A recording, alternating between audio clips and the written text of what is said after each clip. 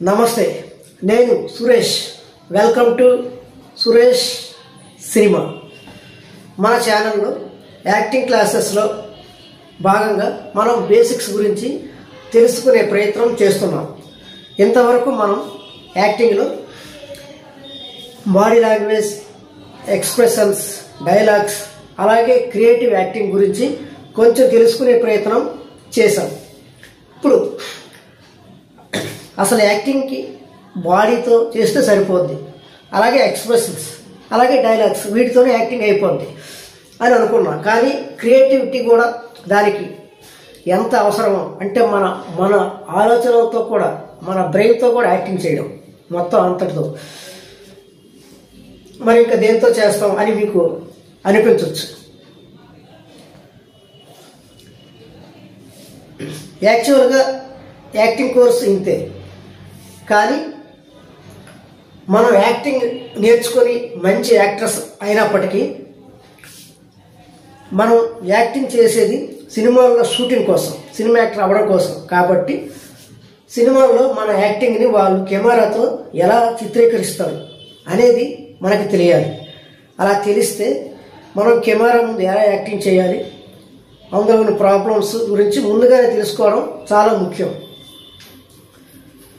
So ఇప్పుడు మనం acting, body language, expressions, dialogues, అలాగే క్రియేటివ్ యాక్టింగ్ అయిన తర్వాత మనం తెలుసుకోవలసింది షూటింగ్ టైంలో మనం ఎలా యాక్టింగ్ చేయాలి.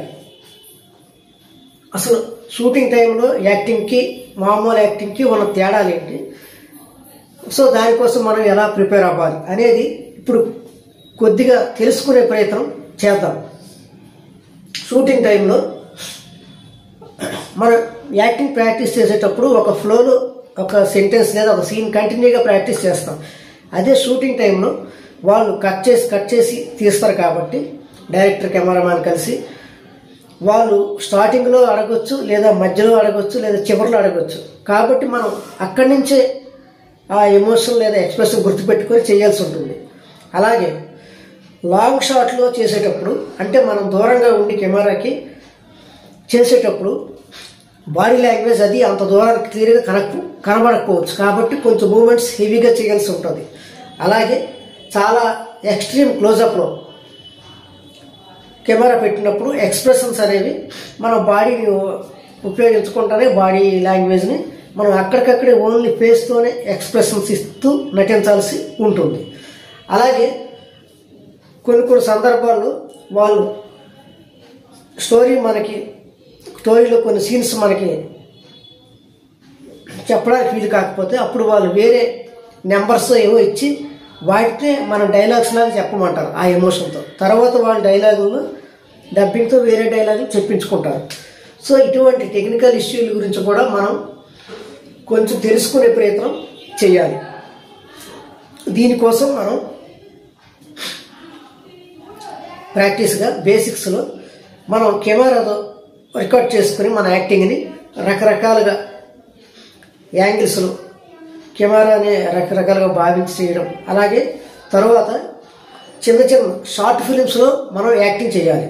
చేస్తే అప్పుడు కెమెరాకి టేకింగ్కి మనం ఎలా యాక్టింగ్ చేయాలి అనేది మనకి పూర్తిగా అర్థమవుతుంది. సో ఈ కెమెరా ముందు మనం ఎలా నటించాలి అనేది ముందు వీడియోలో మీకు చాలా డీటెయిల్గా ఎక్స్ప్లెయిన్ చేస్తాం. సో ఇంతవరకు మనం యాక్టింగ్ బేసిక్స్ అనేవి పూర్తయ్యాయి. యాక్టింగ్ బేసిక్స్లో మనం తెలుసుకున్నవి: 1 body language, 2 expressions, 3 dialogues, 4 creative acting, 5 camera ముందు యాక్టింగ్ చేయడం. సో వీటిని మనం బేసిక్గా తెలుసుకున్నాం. కాబట్టి మనం సినిమా యాక్టర్ అవ్వాలంటే బేసిక్ నాలెడ్జ్ సరిపోదు. సో మనం యాక్టింగ్లో చాలా పెర్ఫెక్ట్గా ఉండాలి. కాబట్టి మనం ఈ బేసిక్లో చెప్పిన వాటిని ఇంకా డీటెయిల్గా మీకు మంచి పవర్ఫుల్ టెక్నిక్స్ కూడా తెలియచేస్తాను తర్వాత వీడియోలో. అలాగే ప్రాక్టికల్స్ రూపంలో కూడా మీకు వీడియోలు తయారు చేసి మీకు ఈ యాక్టింగ్ కోర్సుని పూర్తిగా అందించే ప్రయత్నం కూడా చేస్తాను. సో నెక్స్ట్ వీడియో నుంచి రెగ్యులర్ క్లాసుల్లో ఇంకా వివరంగా సబ్జెక్ట్ మీకు ఇచ్చే ప్రయత్నం చేస్తాను. ఇందులో ఇప్పటి వరకు నేను చెప్పినవి అసలు యాక్టింగ్ గురించి పూర్తిగా తెలియని వారికి, అలాగే అప్కమింగ్ ఆర్టిస్టులకు కూడా ఎంతో కొంత నేను చెప్పిన ఈ యాక్టింగ్ క్లాసెస్ అనేవి ఉపయోగపడ్డాయని అనుకుంటున్నాను. ఇక ముందు రెగ్యులర్ క్లాసుల్లో వీటి గురించి డెప్త్లో అంటే చాలా వివరంగా మీకు చెప్తూ ప్రాక్టికల్స్ రూపంలో వీడియోలు తయారు చేస్తూ, అలాగే నేను క్రియేట్ చేసిన కొన్ని పవర్ఫుల్ టెక్నిక్స్ని కూడా మీకు అందించే ప్రయత్నం చేస్తాను. సో ఇంతవరకు నేను చెప్పిన క్లాసుల్లో ఏవైనా బెటర్మెంట్స్ ఉన్నా, మంచి ఐడియాస్ ఉన్నా మీరు నాకు కామెంట్స్ రూపంలో తెలియజేస్తే నేను ఇంకా బెటర్ అయ్యి మీకు ఇంకా మంచి సబ్జెక్ట్ ఇవ్వడానికి ప్రయత్నం చేస్తాను. అలాగే ఈ వీడియోని రెగ్యులర్గా ఫాలో అవ్వండి. ఎవరైతే యాక్టింగ్ గురించి తెలుసుకోవాలనుకుంటున్నారో కొత్త వారికి ఈ వీడియో చాలా ఉపయోగకరంగా ఉంటాయి కాబట్టి ఈ వీడియోని కొత్త వారికి అందించే ప్రయత్నం చేయండి. అలాగే ఇక ముందు నుంచి నేను రెగ్యులర్ క్లాసుల్లో ఇంకా బేసిక్స్ కాకుండా ఇంకా డెప్త్లో అంటే ఇంకా వివరంగా మంచి పవర్ఫుల్ టెక్నిక్స్ కూడా మీకు వీడియో రూపంలో అందిస్తాను కాబట్టి అప్కమింగ్ యాక్టర్స్ కూడా చూస్తే మీకు కూడా ఎంతో కొంత ఉపయోగపడేలా ఉండేలాగా ఈ వీడియోలు నేను తయారు చేస్తాను.